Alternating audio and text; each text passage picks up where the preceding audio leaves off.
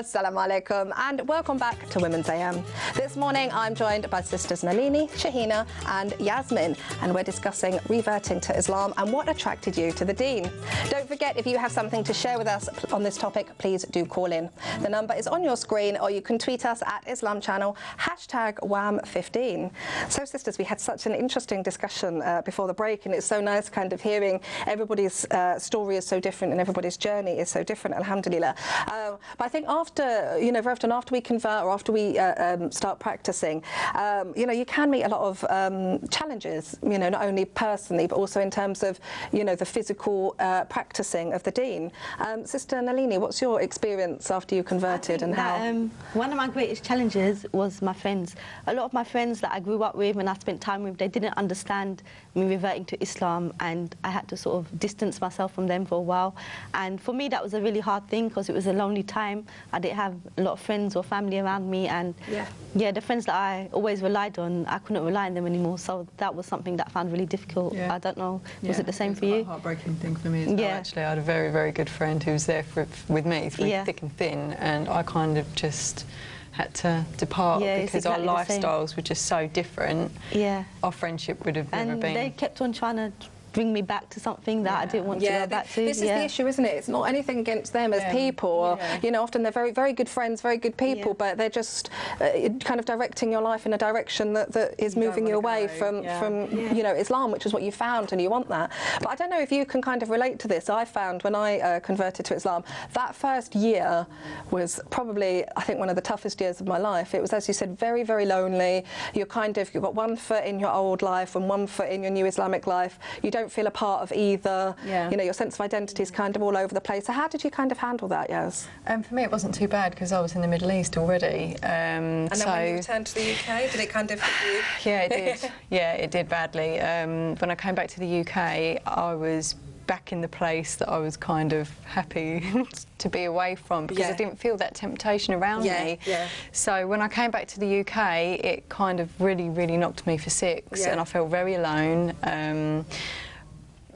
I just really felt out of place, and it was difficult. I think the difficulty is obviously in the early days of being a new Muslim, you don't yet have the sort of tools to be able to help yourself through these difficult times. So, I can remember getting lots of advice to do dhikr, to read Quran, to make dua, and this felt very empty at the time because I didn't really know how to use those things. Identity is a big thing. You don't really know who you are or where you're going. But at the same time, I think so many things that were made easy for me at that time, like even memorizing certain surahs and learning how to pray, what would take me ages to do now, I found it really easy at that time. Allah just made it easy for me. I mean, if you can bottle the enthusiasm of a new revert, I think you'd really be onto something, because there's nothing like that excitement and enthusiasm of a new Muslim. But I think, Sister Shahina, you must have had kind of similar, or probably actually different challenges when you first started practicing, with having non-practicing family members around you. How was that? I think it wasn't that my family weren't practicing, they applied what they knew, and then there were a lot of cultural issues. So I did have a lot of fights in the house, and I think what you said earlier about you wish you'd done things a bit differently, I wish I was a lot more wiser and not sort of reined in my passion a bit more.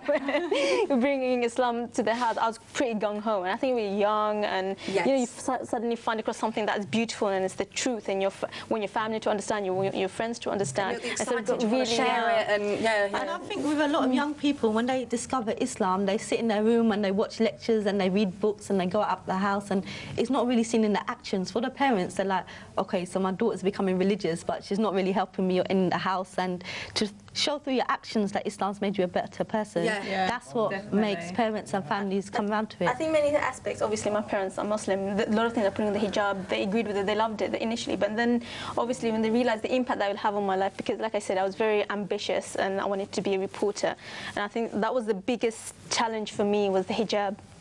Oh really? That's it was the interesting. hijab. I didn't even know you had to wear the jilbab. I didn't know what the jilbab was. The hijab was when I found out I had to wear the jilbab. I can't even put the hijab on. How am I going to put the jilbab on? I think it's interesting though. Everyone has their individual struggles, don't they? I think that at the time also I was doing really well. I had internship in the top channel, and then they were telling me, the journalists were telling me, you know what, you can't be a reporter on TV and have a hijab on. Really? It's very unlikely no one's going to give you a job. Yeah. And that really demotivated me. But alhamdulillah, I had to let go of everything. I was a junior reporter in a really good newspaper.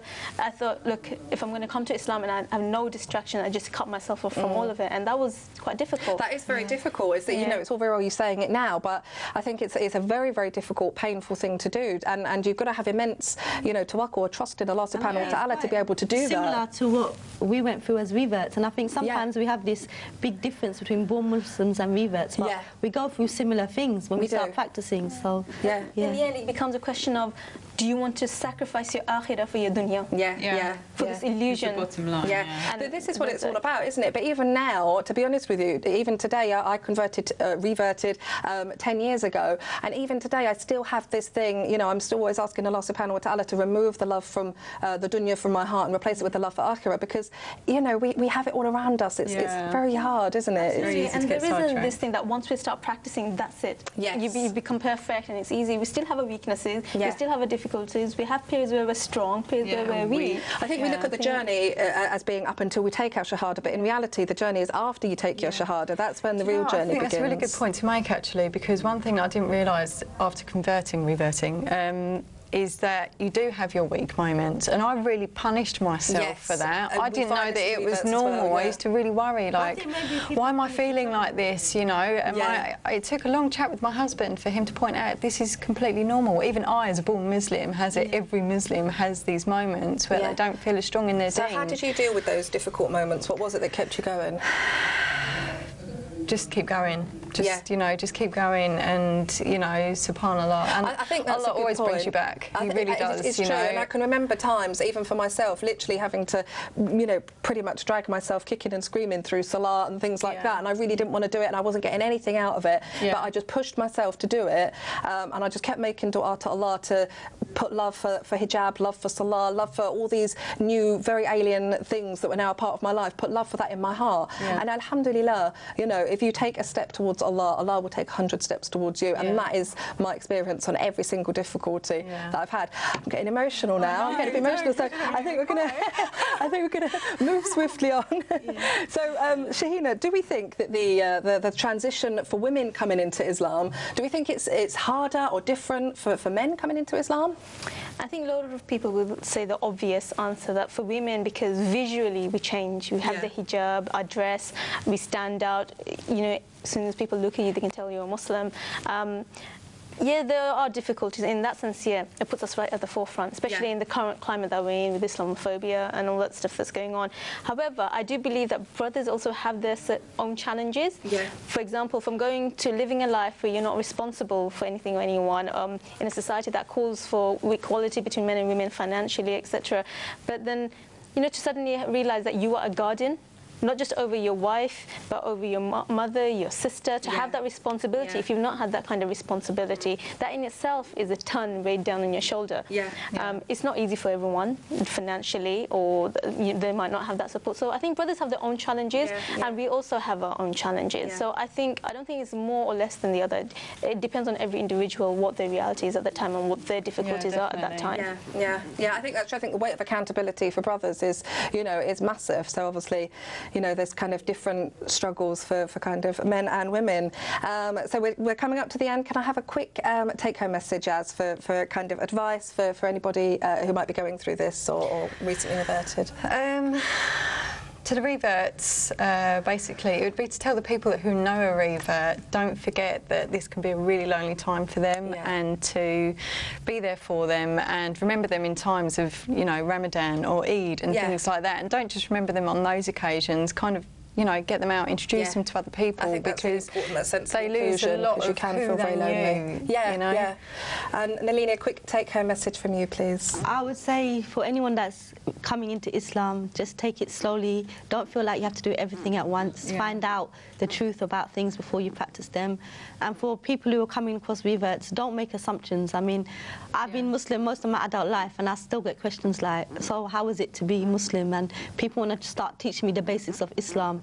So I would say also don't make assumptions. Find out what sort of help people need, and for born Muslims as well, they would need the same sort of help in some situations. It's true, actually. Yeah, that's absolutely true. It's a good point. Jazakallah khair, sisters. A really fantastic discussion on this morning. In spite of our society becoming increasingly more detached from religion and the guidance it provides, there are still many who yearn to know their creator. With more people increasingly looking to Islam as a way of life and the solution for mankind, especially given the negative media attention, we find that the tranquility received through Islam is something that cannot easily be quantified. As Allah subhanahu wa ta'ala tells us in the Quran, verily in the remembrance of Allah do hearts find rest. And this is from chapter 13, verse 28. And if you've missed any of today's show, all is not lost. You can catch the highlights from all this week on Sunday at 3 p.m. Or why not catch up on YouTube? Here are the details.